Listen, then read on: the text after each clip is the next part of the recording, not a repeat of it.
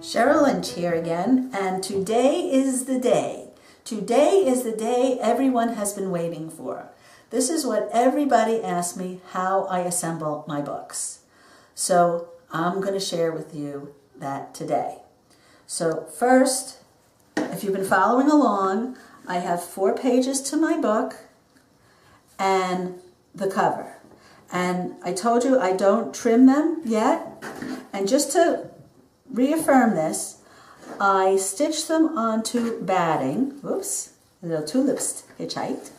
I stitched them onto batting, and it's because I don't put a backing on them because they're messy. Look at them, they're messy. I tie off my threads. Here's where I did some hand stitching.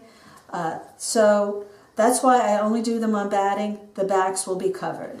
So right now I'm going to take them and I'm going to trim them all to 6.5 by 8.5 inches, because that's the size of the pages. It's also the same size as the blocks I did in my Wednesday wanderings. So you can make a trip into a book, you can make it into a quilt, and that all has similar qualities and similar methods of putting them together. So excuse me while I go trim my blocks. Okay, so now all the blocks are trimmed. These are trimmed to 6.5 by 8.5, and this is 6.5 inches wide. This is going to go out, protrude out of the top, so I haven't trimmed it yet, but the distance from the bottom to this top is also 8.5, so that it will accordion fold the right way. So the next step after trimming your blocks is to back them with the Peltex. Now, Peltex is a heavy, heavy-duty stabilizer. This is what it looks like. You can see it's very, very stiff. And it's called Peltex. This one is 72F. So Peltex comes not fusible at all, fusible on one side or fusible on both sides. I like to use the one that's fusible on both sides, and that will become clear. Now you can see that on this side, it's got a plastic backing, and that's a good thing. Leave that on. You want to leave that on. So I'm going to take a piece of the Peltex that I have cut. Now you may say to me, why can't I use Timtex? Well, you could use Timtex, except Timtex is not made anymore. So Peltex is a great option to use, and it's nice and stiff. So I'm going to take a piece that's bigger than my block. My pages put together will come to 32.5 inches. Now, you would make this as long as the number of pages you have. I think a whole piece is much better than taking more than one piece. And I'm going to lay out my blocks. And I want to leave a little bit on all the edges because I'm going to trim them up. So there's my cover. Here's my page number 1. And I put them in an order that I liked, and you should do the same with your blocks. I mean, you might want to do chronological, you might want to do what your favorite things are. You might even want to put them in order of something that looks pleasing to your eye with different colors. So here we go. Here's the 3rd page. So the cover, 3rd page, and then here is my last page. Now remember, I left that plastic on the back. So I'm going to leave it on the back. And what I'm going to do now is I'm going to leave you for a minute. I'm going to press this with an iron so that it adheres to this side of the Peltex. And it doesn't have to be a really tight bond, just something like to tack it and keep it in place. Just be careful of anything that might be heat sensitive. For example, I'm not going to put the iron on top of the foam letters, and I'm not going to put the iron on top of the organza bicycles.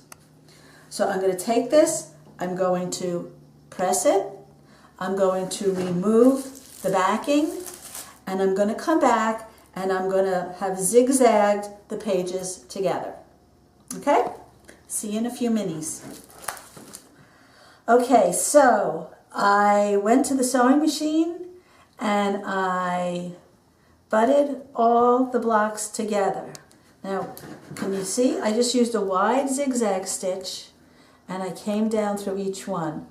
And remember, I took the plastic backing off the back before I did it. And look, and now you can see also, you can see the zigzag on the back. So that will hold it all together. So that's a good thing where it is now. So the next step is to put on the backing.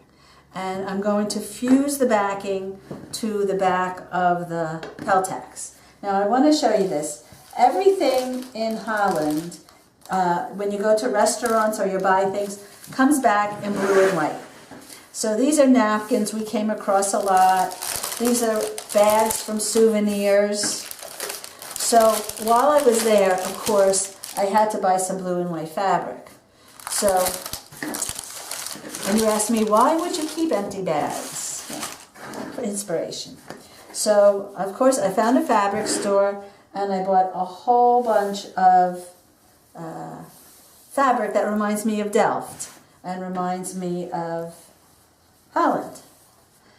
This one reminds me exactly of the napkins and of the souvenir bags. So this fabric I chose to use as the backing for my book because I think it is just perfect. It screams Holland. So what I'm going to do next is I'm going to take the backing, I'm going to lay the book, or the pages, so far it's not really a book, is it yet? Not yet. On top. And this time I'm going to adhere the backing to the back of my quilt, back of my book, by pressing. So now I'm going to go and I'm going to press this.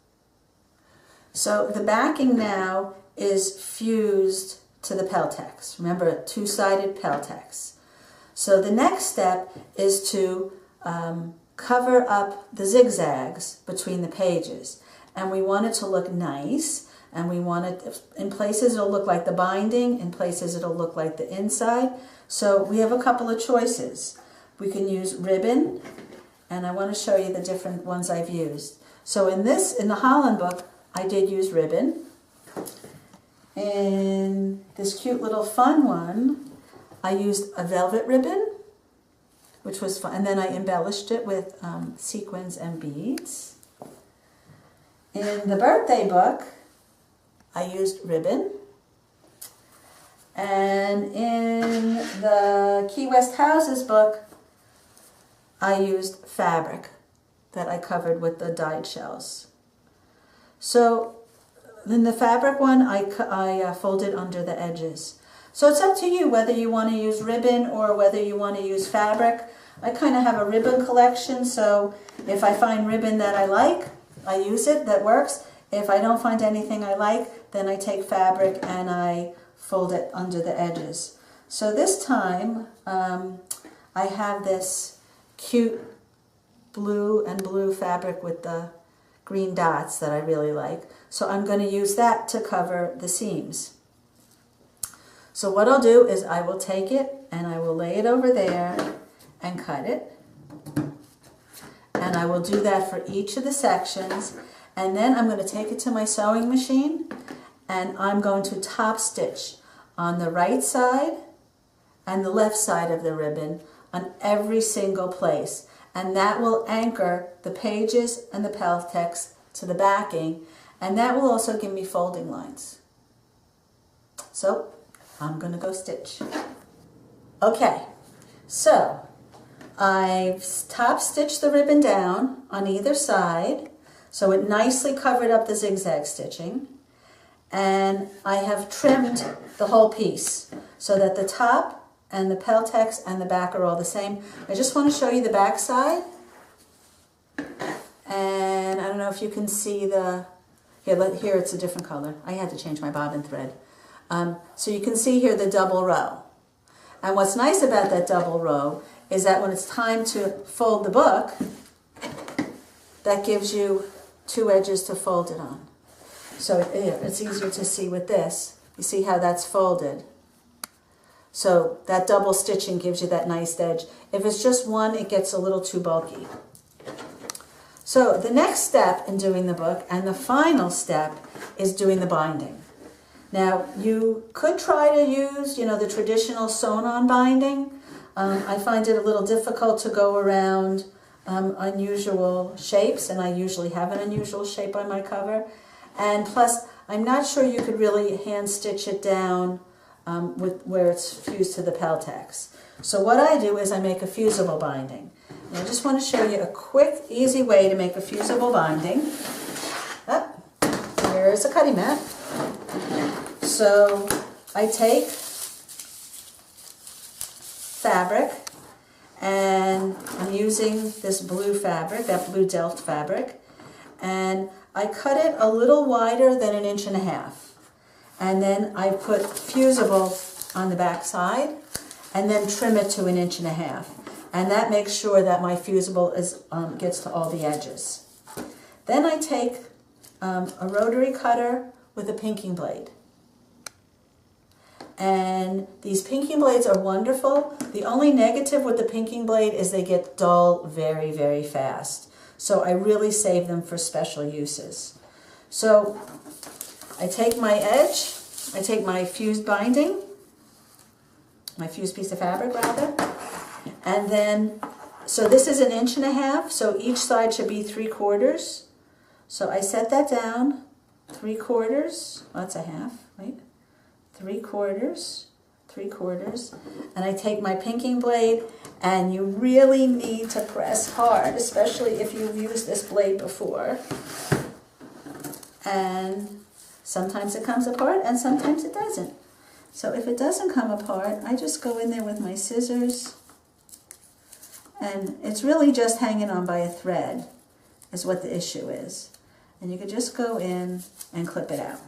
All right, so I'm going to take a piece of the binding. I'll take a piece of this, and you're going to have to use your imagination at this point. I'll take a piece of the binding, and I'm going to remove the paper. So I remove the paper, so now this is fusible. And I'm going to take it, and I'm going to wrap it around my book. Now, I'm going to take some parchment paper.